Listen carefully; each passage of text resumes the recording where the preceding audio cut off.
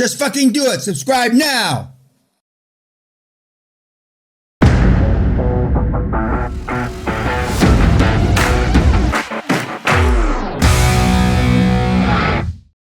When my grandmother died, and my grandmother wanted to be buried with her daughter, my mother's sister, then we, whatever you call it when you open up the grave, and Nana wasn't there. Some big 800-pound tub of shit was there. And so they said it was a clerical error, bullshit. And so we found her, and she was already stacked this. And so normally a family that can't afford a mausoleum kind of thing, they stack a mother, a father, a sister, brother. And so, but somebody's already paid for that spot. And it's fully amortized and fully depreciated decades ago. So everything comes to the bottom line. It's a great business. A great business. And as Amber says, they do fuck their dead bodies, Mr. Peña. They thought I was having a heart attack at the main bar at in Wyoming. I mean, I started laughing. I almost pissed myself. I was laughing so hard. See, you don't want to believe this shit. And I can almost guess. I used to do this in the 90s. I don't do it anymore. I can guess which one of you would fuck the dead body first. And then, in addition, I used to guess which one of you would fail first. And in addition, it was a three-fer, Trey. The third thing is, which one will be successful? They used to drink at breakfast. I see a couple of you drinking at lunch. Drink at lunch. By this time of the day, they swap bodily fluids left, right, and center. It was the good old days. Sally had a chain on me, not just my neck, but my dick and my feet. So I wasn't partaking in all the extra activities. Cemetery, I've been telling cemeteries forever. Amber's the only one that's done it in the last few years. You were there.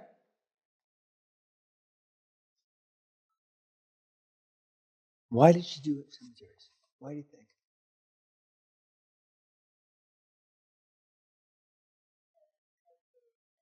No, because they asked me, what would you do, Mr. Peña? I said, cemeteries.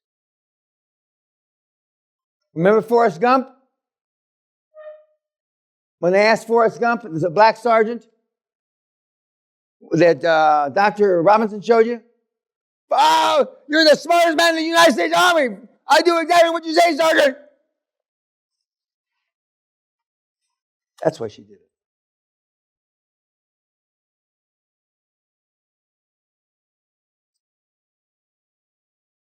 Okay, sit down.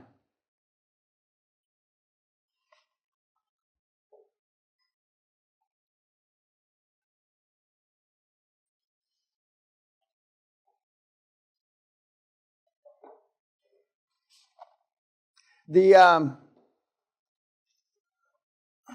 old guy looks better for a number of reasons. I'm talking to you, Trey. Because he's older. He's more experienced. They both look like reformed undertakers. I mean, they couldn't sell a piece of ass to a drunken sailor. But I would agree with you. The older guy. But, and the one Nazi, semi-Nazi, with a German name.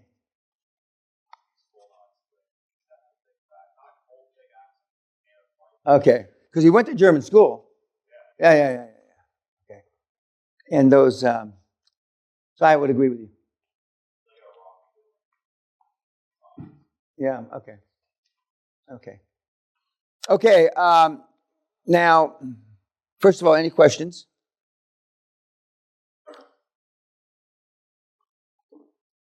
Yes. So I know that you told us not to buy property, and yeah, I've been saying that 30 years. Yeah, okay. So how much property have you bought? 0. Okay. So you say that with some pride, but okay, go ahead. So So upon settlement, they're going to sell $1 million of worth of property. Would that? Are you talking about this the cemetery deal? Yeah. This deal. Okay, go ahead. Would this complicate the deal? Yeah, of course. Every time you put another layer in the fucking thing, he's going to buy drapes and new toilets, maybe. Or that's what he said. What's going to happen is, what do you make toilets out of? What's that stone? Porcelain? There's going to be a shortage of porcelain worldwide that starts a week after you close. You're not going to buy one motherfucking new toilet. There's going to be a shortage of cotton if you don't use acrylic horse shit for new furniture or curtains the next week. War is going to break out between Austria and Ukraine. I've lived these things. You don't even put them down as possibilities. I was rolling up brothels in Australia years ago, and the various the places that have legalized prostitution. The one I started in makes it illegal.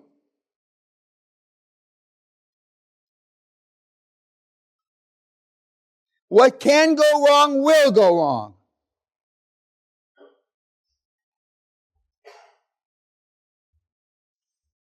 And if your boards were candid with you, honest with you, most of your board members are poor. Got a lot of initials after their name. But they're poor. Once in a while, you'll trick fuck somebody that's worth 100 or 200 million. But for the most part, and you trick fuck them because they're bored. They're tired of looking at their old fat wife that looks like a Volkswagen. That's, Ben Carson or Ben Carson lookalikes are not going to be on your board. The former Speaker of the House of the United States Congress, Bonner or Boner, whatever his name is. Who? Boehner. Yeah, okay. He should have been inundated with opportunities. He should have had at least 1,000 QLA monkeys after him.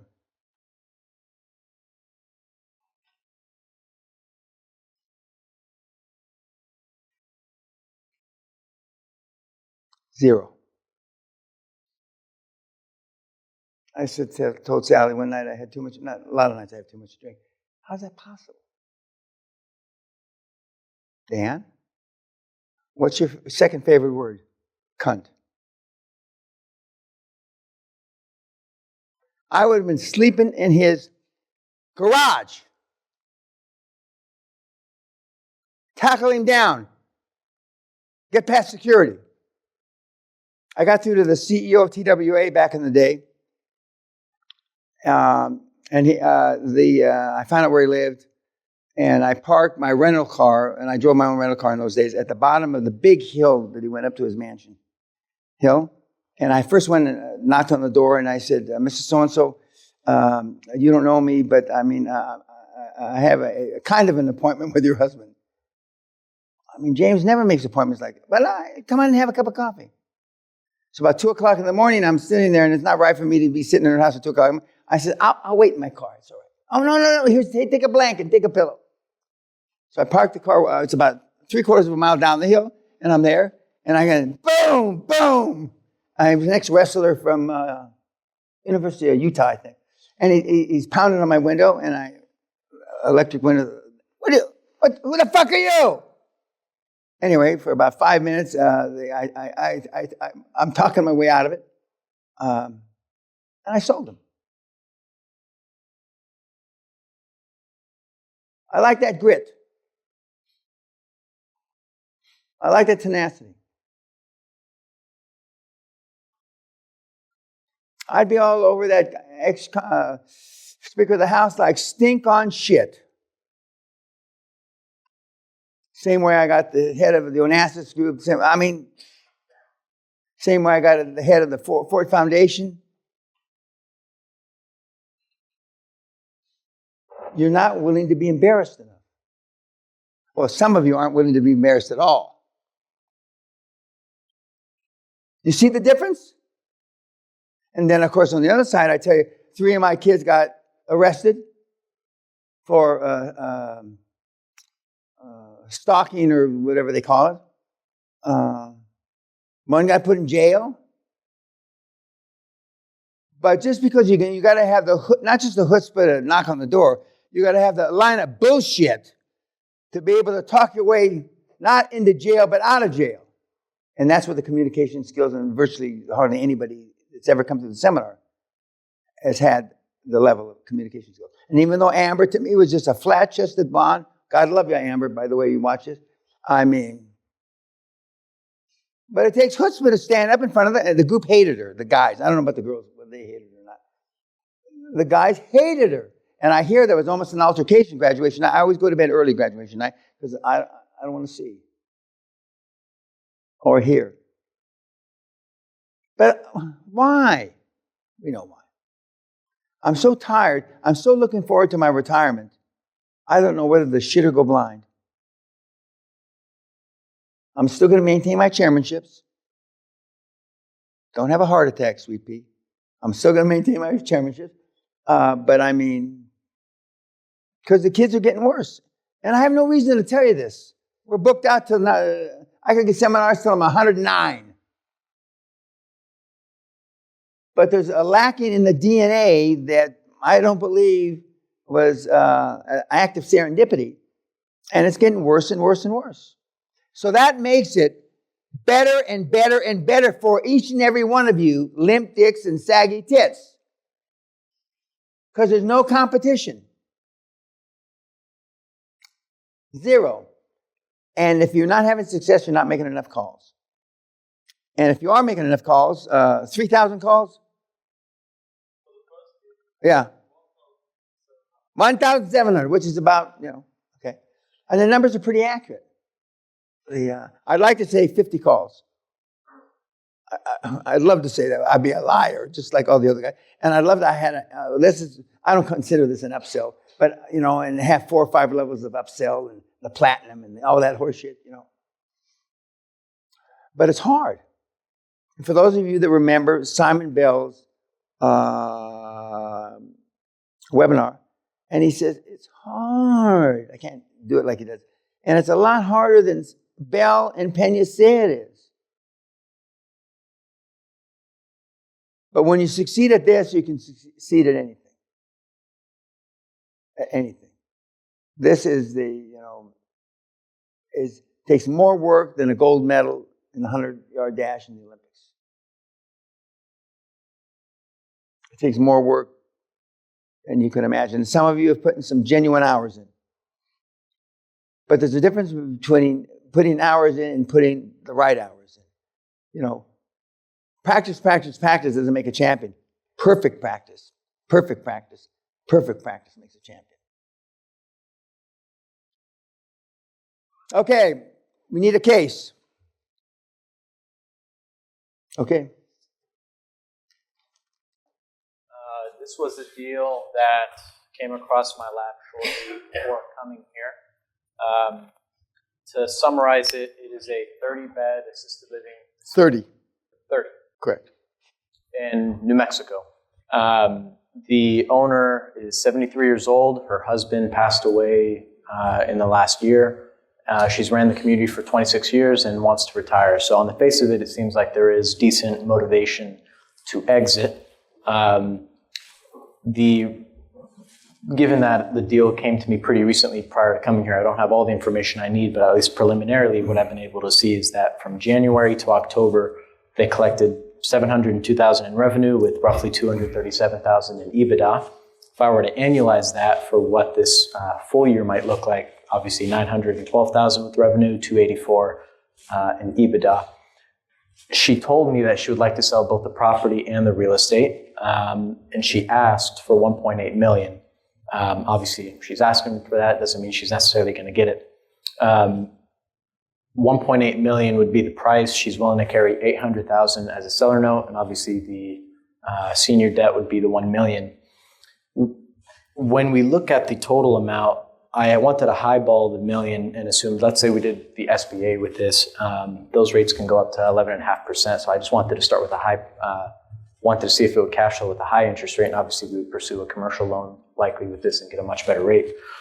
And if we did 5% on the seller note, it would look like we would have a 1.6 DSCR. But there's a few things when looking at this deal that we were kind of able to go through when me and my group went over this. We want to be able to, she's trying to sell the whole package. First and foremost, we don't want the real estate, but even if she was hell-bent on selling Okay, stop a second.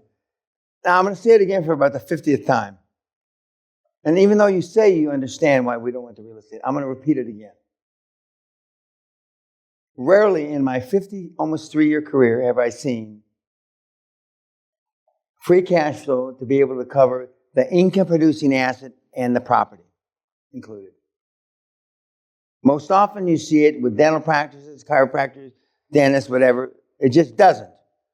The guy that's picking your teeth or, cracking your back is the income producer. The building doesn't have a fucking thing to do with it.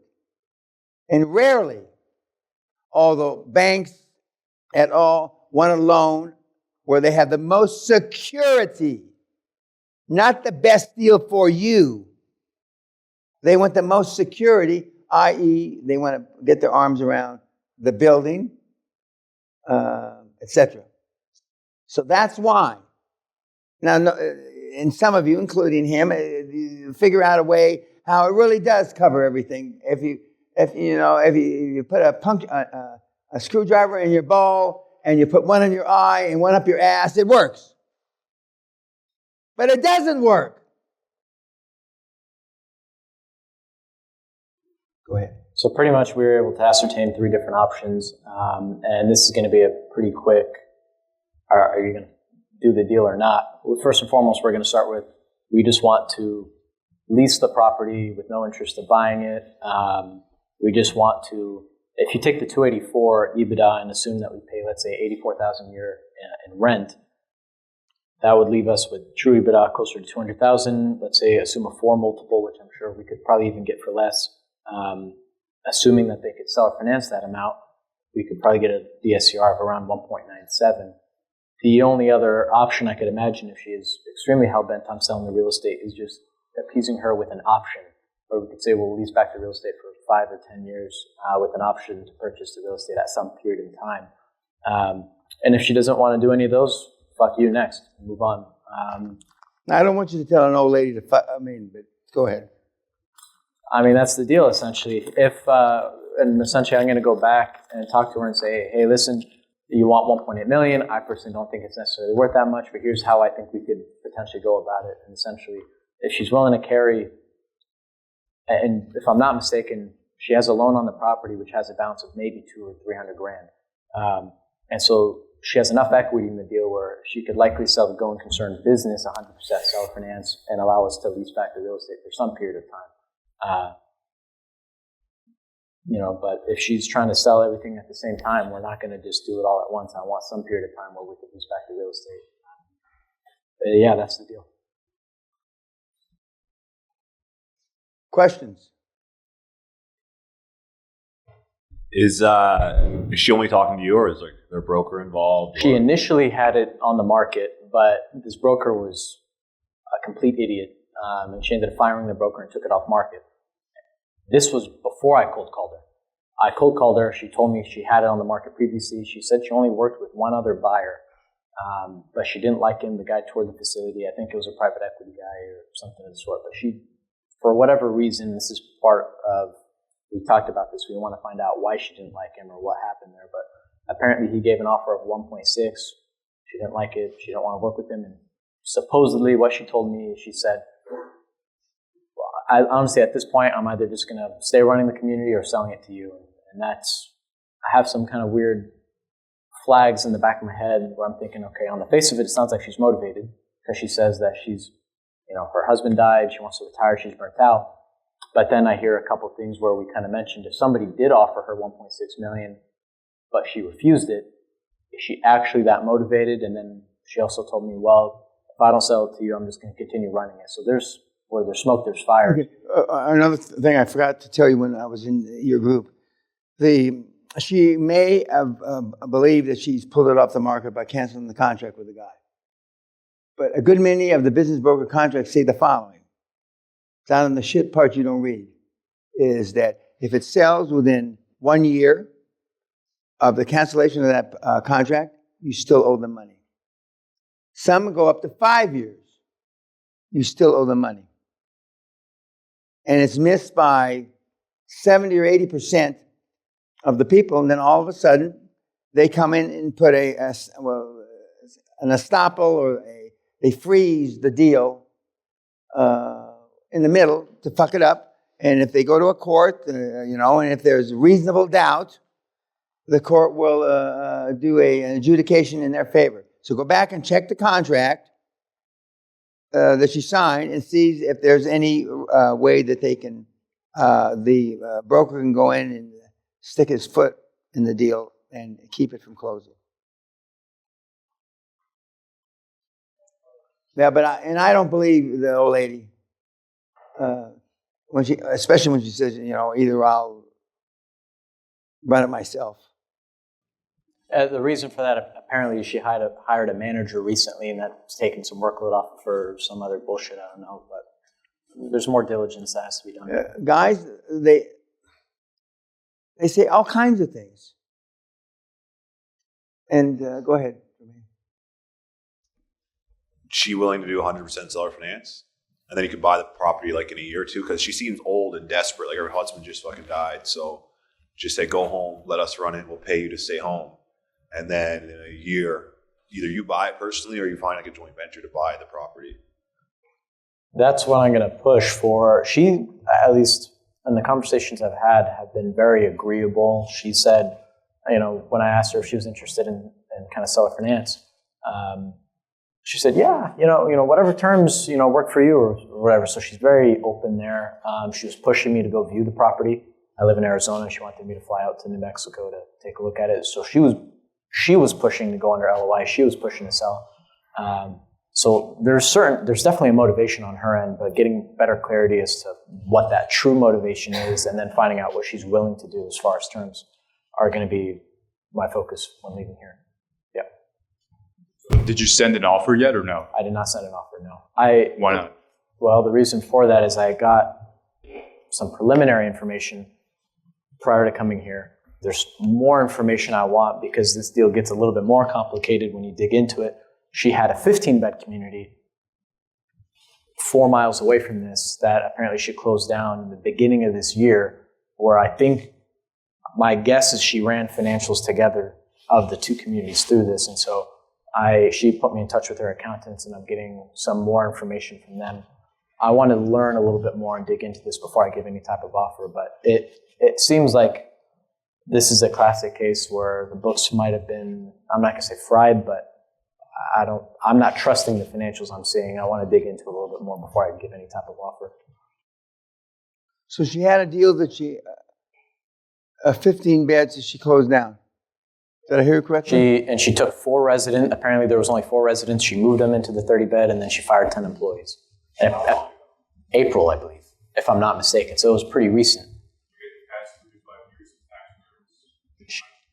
I have until 2022 because she fired her husband before she died, fired her previous accountants, and I believe moved them over to this new accounting firm. And the accounting firm she got me in touch with only provided me the information that they had. And so part of my request is I want to get those historical informations from previous years. Get the monthlies from April till today. That's one of the things I asked for. Those, and then other than that, sounds like a good deal. Like she sounds desperate, and she had to close down another one, so you can come in 100% self-finance. I did ask for a trailing 12 months because I did want to see what that change looks like after April of when she did consolidate it. When I looked at it, it looked like October's revenue or October's profits alone accounted for like 30 or 40% of that year to date. And she said the reason for that was because she fired those 10 caregivers. She consolidated the residents. So I think the community, the 30-bed community, is actually in a really great position in terms of operating, but I want to see what those trends look like. Is this your first deal in the space? This would be my first deal. And do you have experts that like know the area well? Like, can you like The area, not necessarily, but I do have a guy the guy who is in charge of all of our operations has been doing this since 1987. He's very... Yeah, like can you really like look at what they have and their ball and the beds and everything, and then see how much you can actually make if this thing's running properly? One of the things I would want to do obviously is walk the property in person, because a lot of people will say, oh, we have 30 beds, but really what it is they're licensed for 30 beds, but they only have 20 actual units and the rest are shared rooms and all that. So that's stuff that I want to verify with my own eyes. I'm not sure if this is, I believe it's a private pay community, but I'm trying to stay away from Medicare or insurance or anything like that, especially early on. Now, having been a private equity guy myself for 10 years, they get hundreds, thousands of deals a year. And if this came across my desk, well, none of your deals would ever get past the trash bin, okay? And I hate to blow smoke up Tremaine's ass, except for his. But these would not stand the test of time. There are too many. They describe, there's various descriptions for deals. The deal's too hairy. It's got too much. If it's fuzzy, that means it's got short hair. Maybe it's fixable. If it's too hairy, we used to have responses. We were in the fax. We did faxes in those days. And if you got back from me a face of a guy, a hairy gorilla with a beard, that was no. Okay? Now, we tell them that when you sit them down, or if they had the balls to come into our office, which not too many people came to our office, because, I was pretty brutal. There'd be 8, 10 people there, and the first 3 leave crying. Okay? So, but if you still want to send us a deal, and you get a picture of a gorilla face with a beard, it's too hairy. That means there's too many things to fix. And when there's too many things to fix, you can always make money back, but you can't make time back.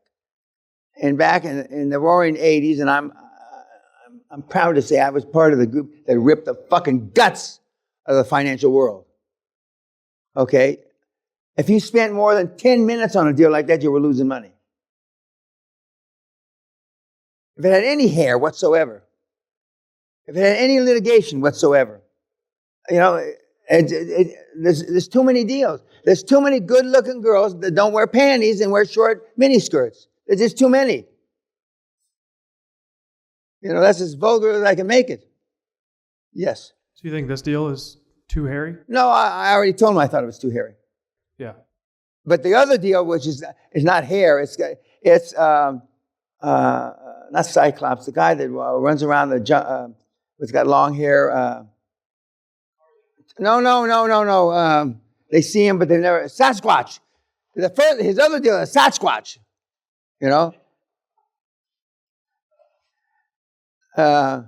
This one is hairy. Because I know for those of you that haven't done a deal yet, or for the first deals you've done have been dog shit, I'm not making up these names when these people, come and do these things. I'm not making it up. Absence of evidence is not evidence of absence. Absence of evidence is not evidence of absence. Just because you haven't fucking done it yet doesn't mean it can't be done. Amber, flat-chested Amber, God love you. How did that skinny fucking bitch, you knew her. She's an arrogant cunt. That's how come she did it. Who thinks that she has a pair of testicles down there instead of her uterus or whatever. There's a big lawsuit out right now that supposedly when you have your hysterectomy and your uterus and all the shit's taken out, you're supposed to lose 2 to 4 pounds. They have advertisement about that shit. Ain't true. So somebody's suing whoever the fuck that makes those instruments that you do. That's where we are in the world. Jesus Christ. Now you can hardly find a surgeon that'll do a fucking hysterectomy. That's where we are. The world's on its fucking knees, waiting for us to fuck them. What the fuck are you waiting for? I should go back and sue him when I had a vasectomy almost 40 years ago. Not that I produced any kids that I'm aware of, but I mean, just sue him for fun. Fuck. You said that I could have after, every 1,000 time I come, I could produce a kid. I'm making up some shit, because most of this bullshit is made up. She's about as motivated as I am to cut my dick off.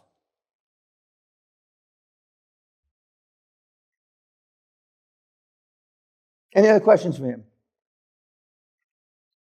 One day, I've said this a long time, 30 years.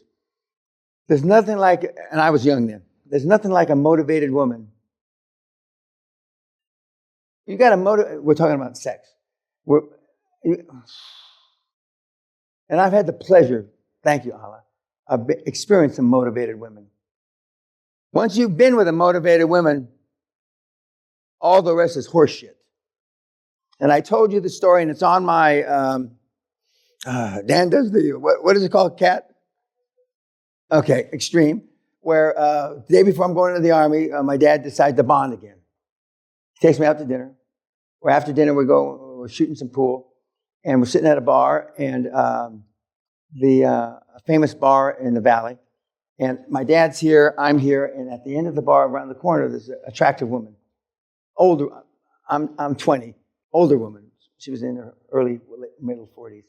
So she sends a drink down with a note underneath it, and the note, my dad said no, and sends the drink back. 2 drinks later, the note, then he shows me, can I borrow your son for the night? And so, me not trying to get too excited, and he says, well, yeah. And so he sends a note back, yeah. But I'm the one driving. So my dad said he'd take a cab. No. Like the Flash, I get him home, and I'm back. And by the grace of Allah, she's still there. Got 2-3 more drinks in her. That was the first motivated woman I ever experienced. I know the difference. So my benchmarks are high. I didn't get that saying that they could suck the chrome off a trailer hitch. I just didn't make that up. You have not seen a motivated seller yet. And you're still in the right industry. You'll know when you get a phone call, 7 o'clock, New Year's Eve, Dan, this is Jack, blah, blah, blah. I need to sell so-and-so. Can you do me a favor and buy it? We can do it over the internet, not internet, fax machine. I said, sure, Jack. I didn't ask what was for sale. When I went to check the assets in London, I had more money in the bank account than I paid for the building and the whole company. And I got the father of the North Sea, Bob Dyke, as a board member. That's motivation. No even reasonably facsimile of that has happened to anybody in this room. Because you're not turning enough rocks over, kissing frogs. For those of you that have been throughout the castle, which maybe none of you have, I have like 300 frogs throughout the castle, either paintings or little statues or whatever. Because I know, remember what I told my 2 kids when they took a year break between undergraduate and graduate school? I said, you get there before the trash people get there, about 4:35. You're the first in the building and you're the last to leave, 11:30, 12 at night, and you make 300 cold calls a day. A cold call is to a seller, a buyer. And you'll be noticed. We both got noticed by their CEOs and their chairman because they beat them to the building. And a cold call is getting through to not a suspect, but a prospect. You haven't done that yet. Okay, another question? Any other questions for him? Okay, next presentation. Yep, you. Thank you.